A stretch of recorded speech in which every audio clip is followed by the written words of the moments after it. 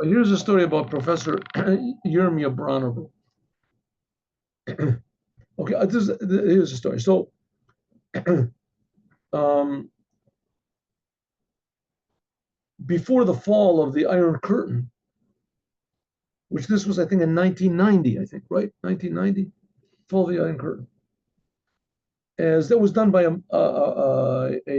man called Mikhail Gorbachev. I think he just passed away recently. Gorbachev. And he suddenly just decided that he was that the communism wasn't working and that he was going to dissolve communism. He was going to make Russia into a sort of a democracy form. In any case, economically, I mean, communism is a political system, but it's also an economic system. So he wanted to make make it more capitalistic. It's going to be free market, and but most important is he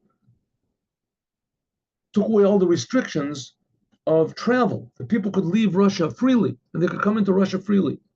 There was not going to be any more, police state in any degree. It was going to be a free nation. So he did, and it was very amazing. Okay, so as a result, a lot of Chabad Hasidim that had been trapped in Russia and they had to wait for years to get out and make the requests with no end, suddenly they should just go out. They just bought a plane ticket and leave. There's no problem.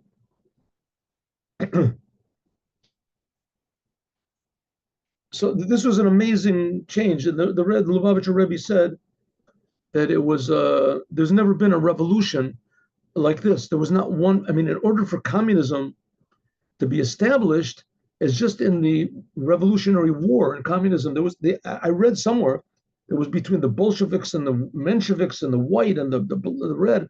There were subgroups and subgroups.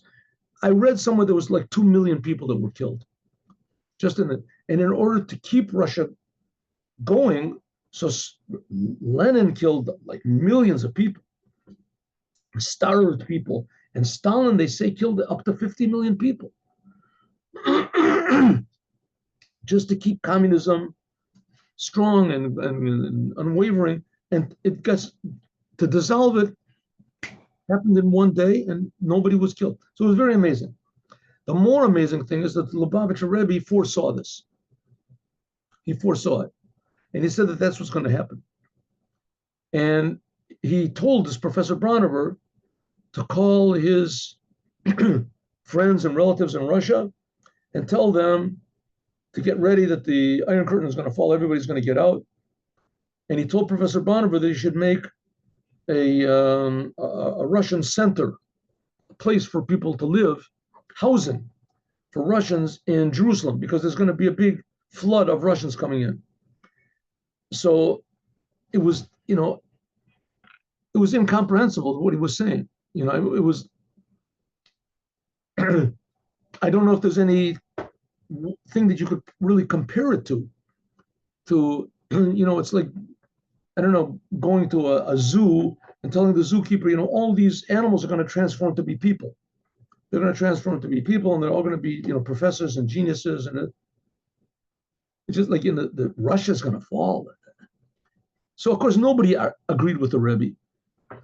Nobody agreed with the Rebbe. And there really wasn't what to agree with it. It wasn't like, maybe this way, maybe that way. It just wasn't even on the table. It wasn't on the table that Russia was going to fall down. At least when the Rebbe predicted that the 6-day war was going to end in a few days, at least there was a possibility. There was maybe they'll win, maybe they'll lose. People want to lose. But for communism to fall, it never happened in the history of the world. Anyway, the Rebbe said that that's what's going to happen. And he told Professor Bronover to get ready. And Professor Bronover called his friends in Russia to tell them. And they said, listen, we believe what the Rebbe says is true. But our eyes see exactly the opposite. One person said yesterday the KGB came and took my wife away from interrogation. Said right outside of my house now, there's a KGB car that's waiting.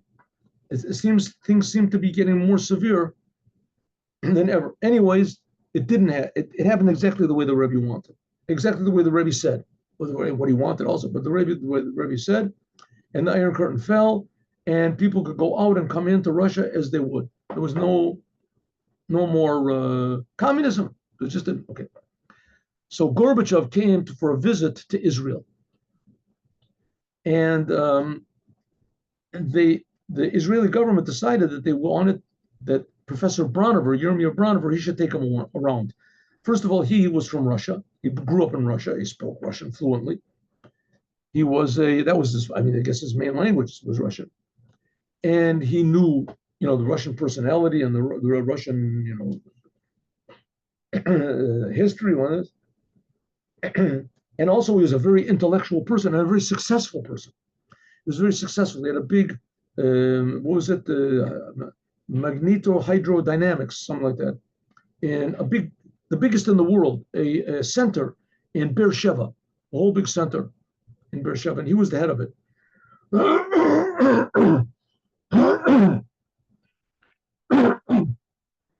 And it was the biggest in the world. And so it was worthwhile just to come to see that people came from all over the world to advise and take advice, and they made. So Gorbachev came and he showed him around Israel. And he told Gorbachev that what the Rebbe said a year before the Iron Curtain fell. A year. And Gorbachev said back to him, the Lubavitcher Rebbe told you this 1 year before it happened? He said, yes. So he said, listen, even if Chabad has spies in the Kremlin, so which is very doubtful, but it could be. It could be. He said, but nevertheless, there was no way that they could know a thing like this because I myself didn't know this. He said, when I took office, my goal was to make communism stronger. He said, I was a staunch conservative. And my idea was to strengthen communism and that it was going to be more. And for some reason, unexplainably, I just realized that it wasn't going to work. And I decided that I was going to make the glasnost, whatever it's called. I'm not that familiar with that, what happened, but a certain freedom of restrictions in economics, and then finally even politics, just to. So he said to Professor Bronover that the Lubavitcher Rebbe, if he said that, it was pure prophecy, because I myself didn't know that it was going to happen. I myself, and Gorbachev was the one that decided. So we see from the story that there is prophecy now in our generation, like we learned last week in Parsha Shoftim, and that the Rebbe is a prophet. And the Rebbe said the main prophecy that he has is the Mashiach is coming. The Mashiach is here. Mashiach ba. Mashiach is here. So we can say the same thing, and we are justified in saying the same thing, as they said about Russia being freed. Okay, the Lubavitcher Rebbe is a great man, he's a wonderful person, and he's a prophet, and he's a tzaddik, and he's a Mashiach. You can say whatever he is, but our eyes don't see it happening. The eyes definitely do not see that there's any redemption coming and any geula, and the Jewish people are going to come to Israel, and the Holy Temple is going to come from heaven. It just doesn't make any sense.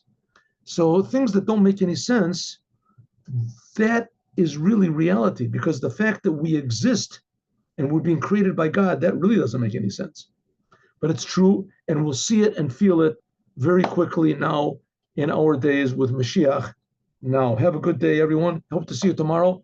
8:15, we'll finish this Devar Malchut of the Rebbe.